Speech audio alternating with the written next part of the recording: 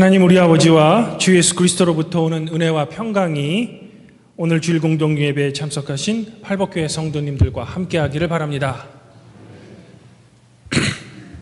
성도 여러분, 저는 수요 기도회 때는 루터의 소교리 문답을 기도회에 참석하신 성도님들과 함께 묻고 답합니다.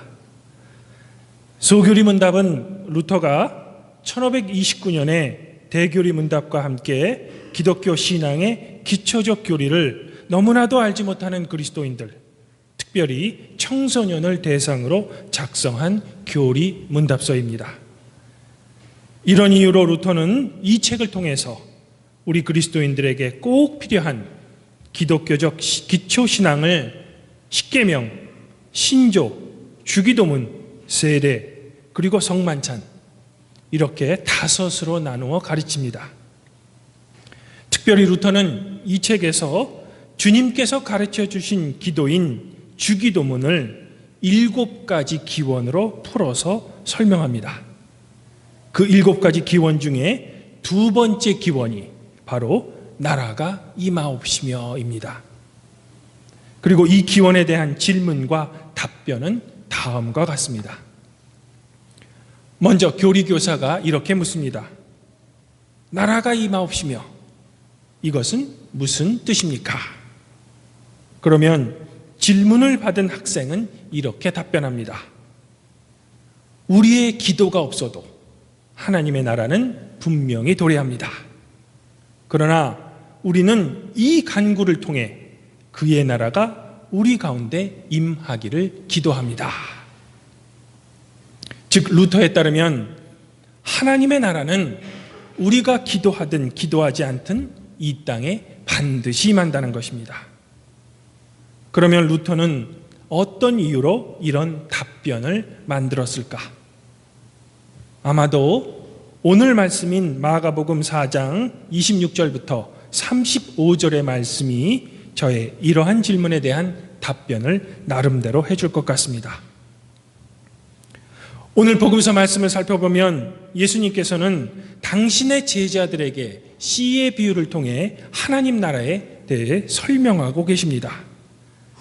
그런데 예수님의 이 비유에 따르면 뿌린 씨가 그 씨를 뿌린 사람도 알지 못하는 사이에 자라서 마침내는 충실한 곡식이 된다는 것입니다.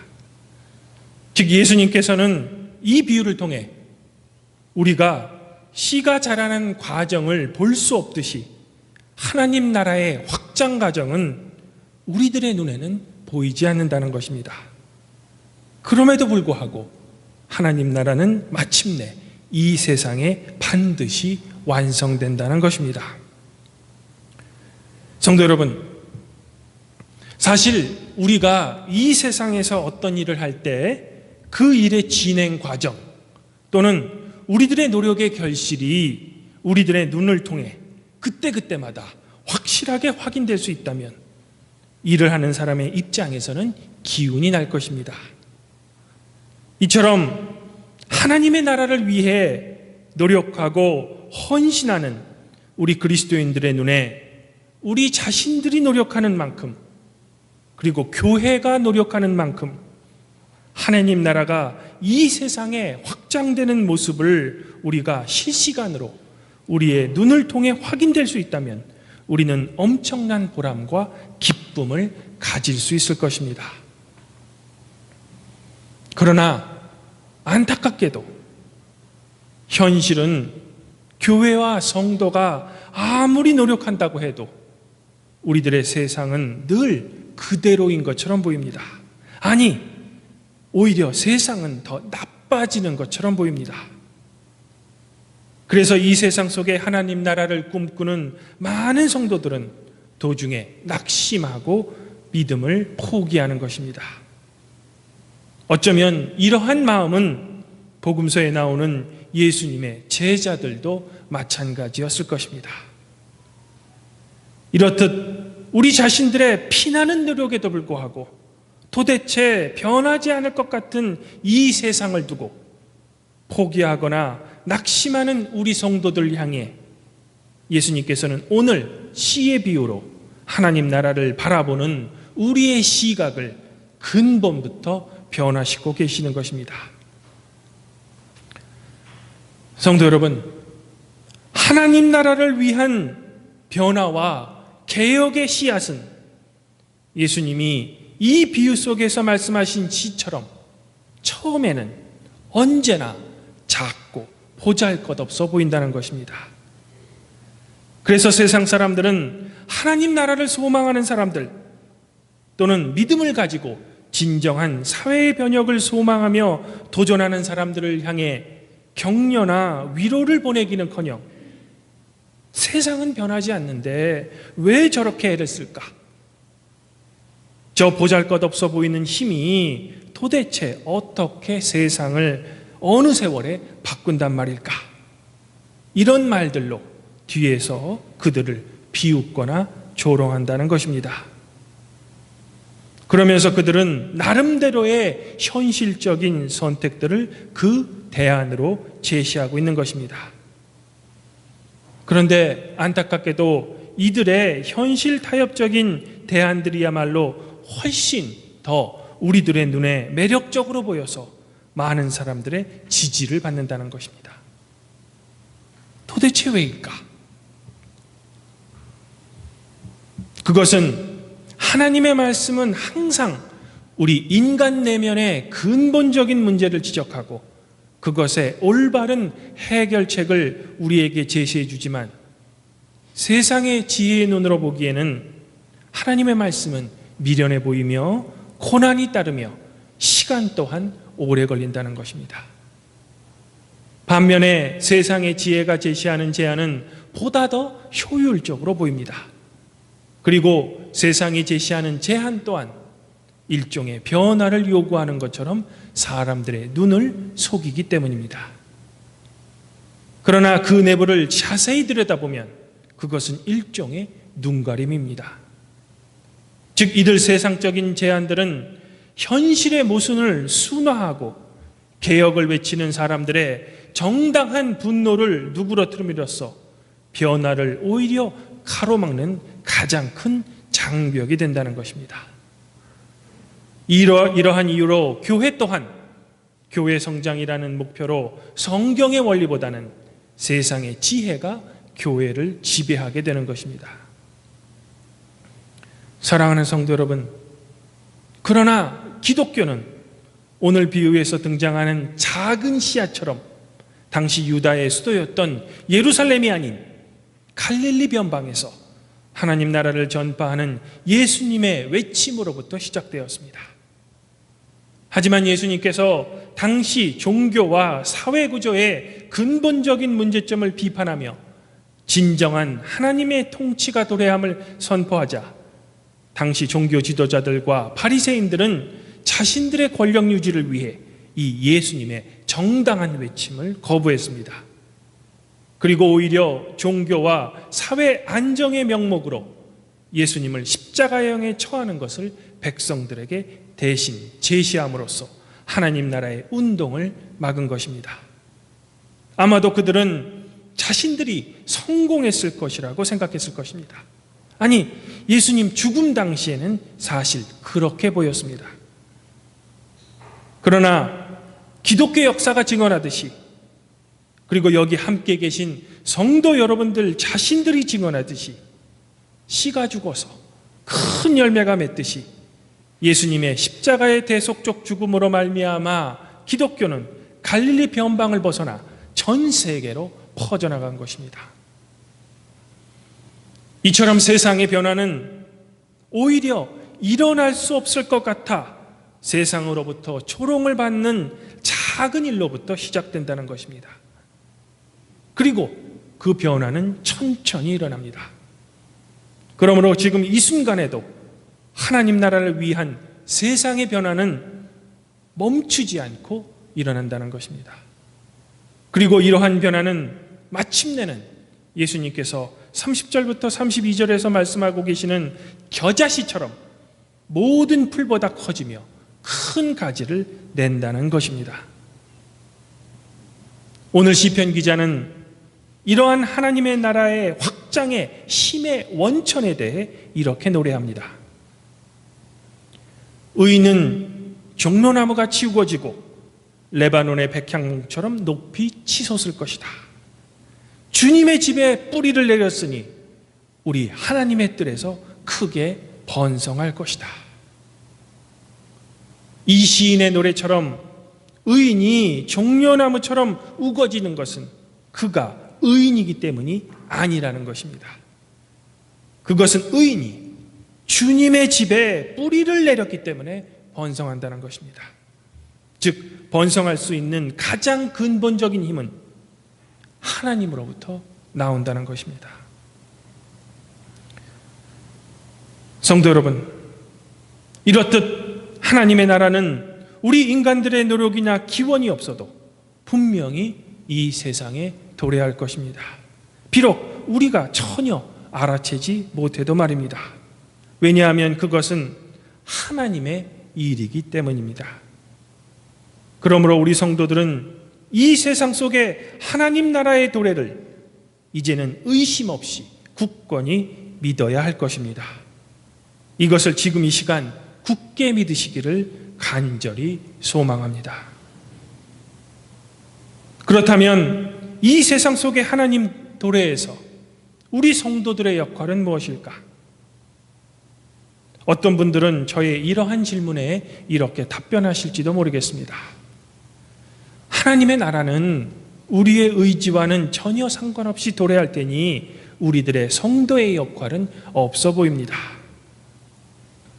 그러나 우리의 기도가 없어도 하나님 나라는 도래한다 라고 선언한 루터는 나라의 임하옵시며의 두 번째 질문을 이렇게 합니다.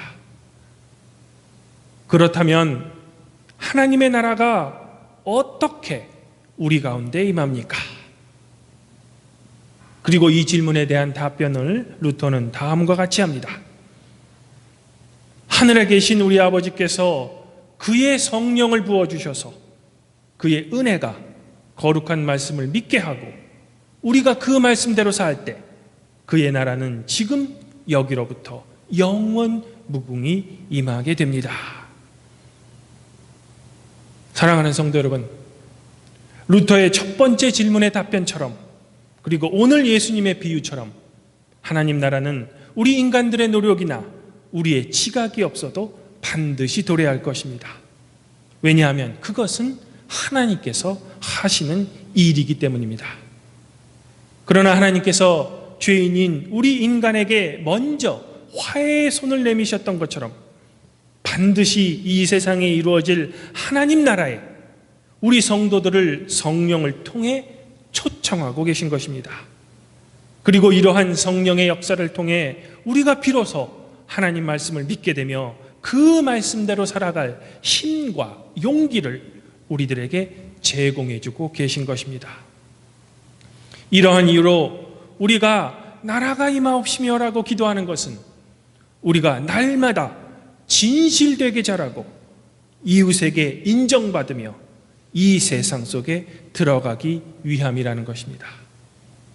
이처럼 하나님 나라는 이미 당신의 말씀과 믿음을 통해 이 세상에 임했으며 작은 씨가 자라서 큰 나무가 되듯 하나님이 정하신 그 때가 되면 이 세상 속에 완성된다는 것입니다. 그러나 반드시 도래할 하나님의 나라는 아직 완성되지 않았습니다. 아직도 이 세상은 어둠의 권세가 지배하고 있는 것입니다. 그러나 이 세상 속의 하나님 나라는 우리의 눈에 보이지 않을지라도 씨앗이 자라듯이 하나님 나라는 우리와 함께 계속 자라고 있는 것입니다. 그러므로 우리의 눈에 세상이 전혀 변하지 않는 것처럼 보일지라도 우리 성도들은 하나님 나라의 도래를 굳건히 믿으며 우리에게 선물로 주신 성령의 힘을 통해 하나님 말씀대로 이 세상을 살아가야 할 것입니다. 비록 세상의 힘이 우리를 공격한다 할지라도 말입니다. 그러므로 주기도문의 마지막 간구는 우리를 악에서 구해달라는 기원이 되는 것입니다. 주님 안에서 한 형제자매인 발복교회 성도 여러분, 루터에게는 페터라는 이발사 친구가 한 명 있었습니다. 하루는 이 이발사인 페터가 루터에게 기도를 잘할 수 있는 방법을 가르쳐 달라고 요청했습니다. 이에 대해 루터는 주기도문을 이용한 기도의 방법을 편지로 그에게 답변해 줬습니다. 이 루터의 편지 중에 나라가 임하옵시며 부분의 기도를 성도 여러분들에게 소개해드리며 저의 설교를 마감할까 합니다. 루터는 이렇게 기도했다고 합니다. 친구여, 나라가 임하옵시며 나는 계속해서 이렇게 기도한다네. 사랑의 주님 아버지 하나님이시여, 당신은 세상적으로 지혜로운 사람과 이성적인 사람이 당신의 이름을 어떻게 더럽히고 당신에게 바쳐야 할 영광을 거짓과 사탄에게 어떻게 돌리는지, 그리고 당신이 그들에게 세상을 다스리고 당신을 섬기도록 허락하신 권세, 능력, 재물, 영광을 당신의 나라와 맞서겠다는 헛된 생각에 어떻게 이용하고 있는지를 아십니다. 그들은 많고 강력합니다. 또한 그들은 약하고 멸시받고 그리고 몇 안 되는 당신 나라의 작은 무리를 괴롭히고 회방합니다. 그들은 당신에게 속한 무리를 용납하지 못할 뿐더러 당신에게 속한 사람들을 괴롭히는 일을 대단히 거룩한 예배로 간주하기도 합니다. 사랑의 주님 아버지 하나님이시여, 그들을 변화시키고 막아주소서. 당신의 자녀와 당신의 나라에 속한 사람들을 변화시키셔서 그들과 우리가, 그리고 우리와 그들이 진정한 믿음과 거짓 없는 사랑으로 당신을 섬기고 이미 시작된 당신의 나라를 지나서 당신의 영원한 나라에 들어갈 수 있게 하소서.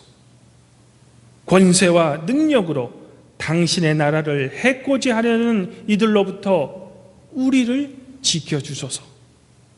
그들이 왕자에서 쫓겨나 겸손해져서 잘못된 행동을 하지 않게 하소서. 사랑하는 팔복교회 성도 여러분, 루터는 이렇게 기도했습니다. 이 기도처럼 세상적인 힘이 하나님께서 허락하신 권세와 능력과 재물과 영광을 오히려 나쁘게 이용해서 약하고 멸시받는 당신의 백성을 괴롭힌다 하더라도 하나님 나라는 하나님의 힘으로 이루어질 것이라는 것입니다. 그러므로 우리는 하나님의 나라가 이 땅에 임하기를 기도해야 한다는 것입니다.